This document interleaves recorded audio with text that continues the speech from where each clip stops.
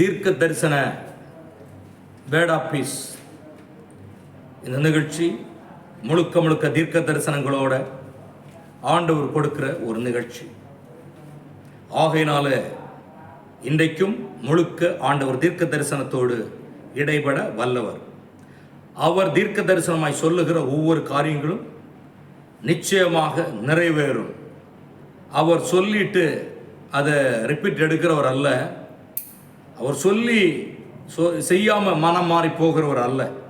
ஆகையினால இன்றைக்கு இதை பார்த்து கொண்டிருக்கிற உங்கள் ஒவ்வொருவருக்கும் ஆண்டவர் தீர்க்க தரிசனமாக சில காரியங்களை சொல்லி அற்புதங்களை செய்ய போகிறார். தேவ பிள்ளையே, 1 சாமுவேலுக்கு எழுதின புஸ்தகம் 15ஆம் அதிகாரம் அதனுடைய 26ஆம் வசனத்தை வாசிக்கும் பொழுது அதிலே இப்படி ஒரு வார்த்தை சொல்லப்பட்டிருக்கிறது. மனம் மாற அவர் மனுஷன் அல்ல, மனம் மாற அவர் மனுஷன் அல்ல என்று சொல்லப்பட்டிருக்கிறது. ஆண்டவர் தீர்க்க தரிசனமாய் காண்பிக்கிறார். இதோ இந்த நாள் திங்கட்கிழமை வந்துவிட்டது, 7ஆம் தேதி ஆரம்பித்து விட்டது. இன்றைக்கு வெளியே போக வேண்டிய வேலை இருக்கிறது, பிசினஸுக்கான காரியங்கள் உண்டு. இந்த வாரத்தின் ஒர்க்கிங் டே, ஃபர்ஸ்ட் டே. தேவன் உங்களை பார்த்து தீர்க்க தரிசனமாய் சொல்லுகிறார், வியாபாரத்தை செய்ய, பிசினஸை செய்ய, வருமானத்தை ஈட்டும் தொழிலை செய்ய, வேலை செய்ய புறப்படுகிற நீ, உன்னோடு சில ஆசீர்வாதங்களையும் ஆண்டவர் அனுப்பி கொண்டிருக்கிறார். சில நன்மைகளை கர்த்தர் உங்களுக்கு அனுப்பி கொண்டிருக்கிறார். நான் தரிசனமாக பார்க்கிறேன். ஒரு சிலருடைய பிசினஸ் நீங்க தயங்கி கொண்டிருக்கிறீர்கள், தத்தளித்து கொண்டிருக்கிறீர்கள். செய்யலாமா வேண்டாமே என்று ஒரு மனது இல்லாமல் மனதோடு இருக்கிறீர்கள். ஆண்டவர் உங்களை பார்த்து பேசுகிறார், நீ காரியத்தை செய், நான் உனக்கு லாபத்தை கொடுப்பேன். நீ ஏமாந்து போகாதே, யாரையும் நம்பாதே, நான் உன் கூட இருக்கிறேன் என்று கர்த்தர் சொல்லுகிறார். நீ தைரியமாய் செய், நான் உன்னோடு இருக்கிறேன். நீ எனக்கு முதலிடம் கொடுத்து செய். நீ போகிறதுக்கு முன்பதாக இந்த திங்கட்கிழமை இந்த நாளில் நீ என்னை அழைத்து கொண்டு போ, நான் கூட வரேன்.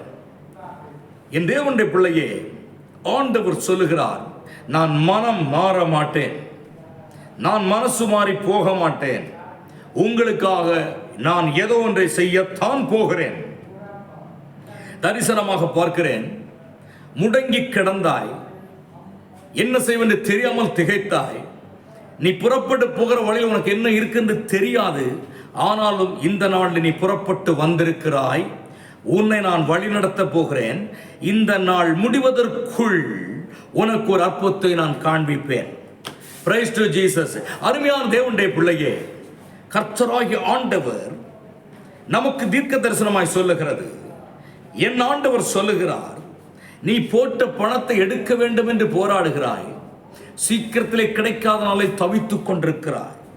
நீ போட்ட பணத்திற்கு 10 மடங்காக ஆண்டவனை கொடுக்க வல்லவர். சற்றே நீ பொறுமையா இருக்கும் பொழுது உன்னை அதிசயங்களை ஆண்டு காண செய்ய போகிறார். இது தீர்க்க தரிசன வார்த்தை. அதுபோல அருமையான தேவனுடைய பிள்ளையே, நீ எந்த மனுஷன் நம்பி இறங்கி வரவில்லை, எந்த மனுஷனை பற்றி நீ சிந்திக்கவில்லை. என் ஆண்டவரை நம்பி வந்திருக்கிறபடினாலே நீ ஜெயிக்க போகிறாய். நான் பிரார்த்தனை செய்ய போகிறேன். தீர்க்க தரிசன மகிமையோடு எங்களிடத்தில் இறங்கி வந்திருக்கிற இயேசப்பா, உம்முடைய இடைபடுதல் எங்களுக்கு ரொம்ப தேவை அப்பா. நீர் எங்களுக்கு இடைபடுங்க, எங்களுக்கு சமாதானக்காரராயிருங்க, அற்புத ராஜனாயிருங்க, அதிசய வல்லமையாயிருங்க. இதை பார்க்கிற யாவர் மேலும் உம்முடைய வல்லமை நீர் அனுப்புவீராக, புது பலத்தை அனுப்புவீராக, புது பிரசனத்தை தருவீராக. தீர்க்க தரிசன வல்லமையில பிள்ளைகளை கர்த்தர் காண்பிக்கிற வழியின்படியே, தரிசனத்தின்படியே நடத்துவீராக. அப்படி நடத்தப்படுறதுக்காய் ஸ்தோத்திரம். இயேசுவின் நாமத்தில் ஜெபிக்கிறோம் நல்ல பிதாவே, ஆமென். Thank you. God bless you. God bless you.